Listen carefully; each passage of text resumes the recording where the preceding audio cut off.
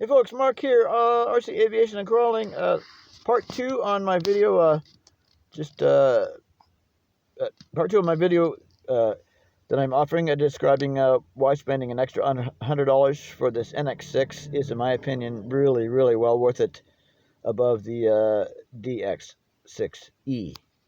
Again, the part 2 video about why I am really, really glad I spent $100 more for the NX6 than I would have spent for the DX6E. Check out video number 1, part 1. I'll have it labeled as such if you want to, take it from the beginning. All right, so what I was talking about is that we were looking at the function list screen here. If we could get some focus. Okay, glare. Maybe we're going to get rid of the glare. Okay, there we go. Okay, so I'll just show you some of the things in here. When you, it's really easy to set up the plane with the manuals for both. Another focusing thing. Can we not? The glare is. I've got to get the glare control. Okay, here we go. So when you're setting up the radio, first you kind of set up the radio first, kind of by itself to some extent, if I recall, and then you and then you go in and put in more specifics for the model. So anyway, so this you can do all that through here. So this again, I was mentioning this. If you go to the right, scroll bar, and can you see it? Well, you can. It's there, right? So you go to the right and it moves down, go to the left and it moves up. So servo setup, that's not a basic function that I'm using. Dual rates and expo, that's not something I use either. I'm using the expo that came on the radio. Default expo, which is great for me, and also the dual rates that I'm getting standard stock are great for me. So we'll scroll on down, throttle cut. So when you go to you do these things separately. So when you go to set up your throttle cut switch, you push the DLEO, and it says, you can see it says right here, it says position it shows you which position you're at here, right? 0 and 1, and the switch H, which I've assigned for throttle cut, as I showed, when it's on 0 right here, then you get minus, when it's on 0, what am I trying to say? It's showing that it's got position 1 highlighted, because that's what it's on right now. And it's telling you that position 1, which is highlighted now, is minus 100. That's when throttle cut is on. Is that right? No, it's not right. It is telling you... well, it's telling you that your throttle cut is assigned to switch H. This is telling you where you're at, which position you're at, isn't it? Yeah, see it moving? Yeah. It just tells you if it's off or on.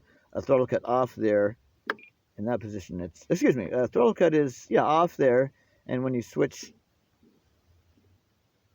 well, you won't be able to see it, but when you switch to here, please focus again. Yeah. Anyway, so, where was I?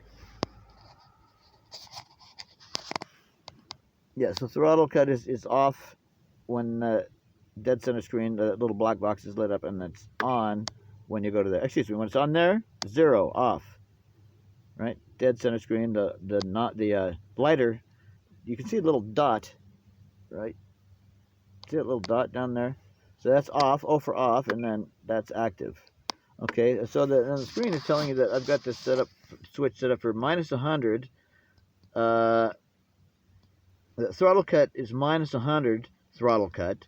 So there's no throttle cut, and that's what I'm in right now. And then when I flip the switch and engage the throttle cut, then it's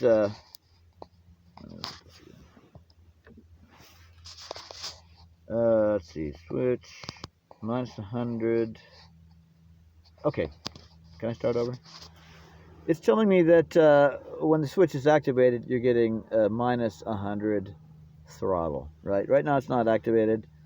That's the 0 there, off, basically. Doesn't mean, I think it means 0%. Who knows? Anyway, when it's at this, where it says, it looks like a 0 or an O, when you're there, it's not activated. And when you move here, it is activated. That's telling you that. And then this is just telling you that when the switch is activated, you're getting minus 100% throttle. So you're getting no throttle when it's activated, and that's all it's telling you. And then delay inhibited, which means there's no delay used on the throttle cut. At least I don't use it. So that's that's inhibited. That's the delay function is muted. And then this asks you if you want to have to have the stick low in order to engage throttle cut. And I have no on that, but I think that's really something I need to do right now. So let's do it. Okay, so we're going to go down here. So I'm moving the roller wheel to the right, and it's bringing me down. Square stick low. That's wrong. Let's push the button, and I changed it to yes. See that? Changed it to yes. So now that putting throttle cut on, I mean, let me think about this. Maybe I don't want that. I mean, let's say I'm, let's say the plane's on the ground and somebody's near it. Let's just say nobody would be near it, but let's say somebody was near it. My dog would say, even though he wouldn't, but let's just say, right? And somehow I bumped the stick, and now the prop's running big time, and throttle cut. I could reach over to hit throttle cut, and it wouldn't work. No, we're going to change that to no. It doesn't have to be low. It needs to be anywhere. You need to be able to have throttle cut active wherever it is. So I'm taking that away. Whoop. But at least you're seeing how to do it. And I'm going left to go up until I get back up to this where it says list. Push that, and I'm out of throttle cut. Right. So this is what I did when I was setting up the radio, including setting up the throttle cut, just like I showed. Throttle curve. Oh, throttle curve. That's not something I use, at least not at this rate. I'll come over here. Analog switch setup.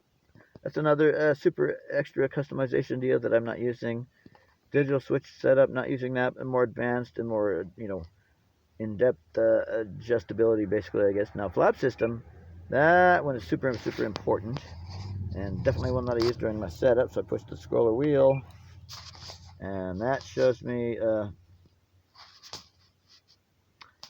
that at position 0, meaning flaps off, I'm getting minus 100% flap, which means I'm getting no flaps at position 0, and I'm getting no elevator. I'm getting no down elevator mix. Finger pointing there. I'm getting no down elevator mix when the flap is at 0%, because you don't need any down elevator when the flaps are off. So the position 0 is flaps off, and then position 1. Position 1. Now that's weird. Now what does that say? 0% position 1. 100%.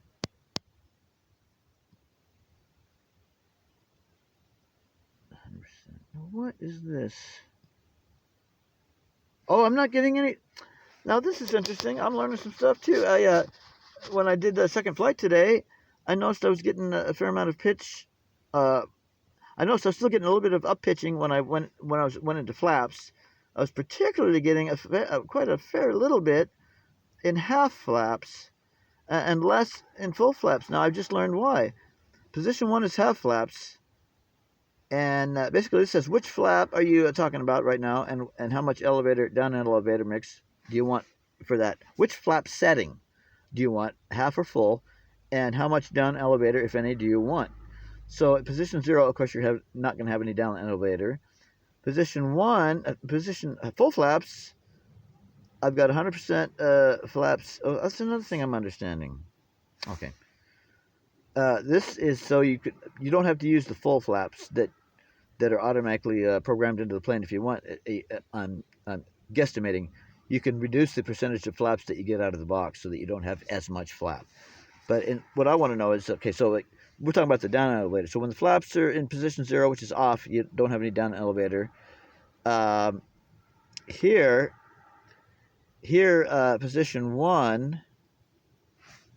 Geez, I got so big into the explanation, I forgot. Oh, I was wondering why the 6% of down elevator that I programmed in didn't seem like it was happening in half flaps, but the 12% did seem like it was happening in full flaps, and that's because in full flaps, I put the amount of 12% in, but I didn't put in how much of that effect I wanted. Well, you want 100%, of down elevator effect. You put this at 100% so that you're getting, so that, you're getting full normal effect when you use this, right? You put this at 100% as the normal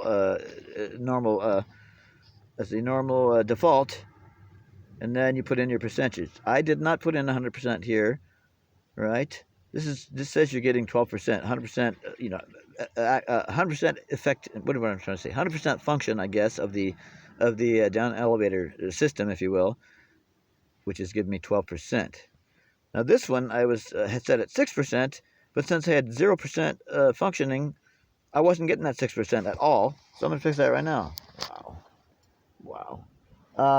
Yeah, I'm gonna fix that now. So we're gonna go to here. We'll push it. Put this to 100%, like the full flaps. The full flaps are working perfectly at 100% down here and 12% there. And now I'll bring this to 100% as well, as I'm doing.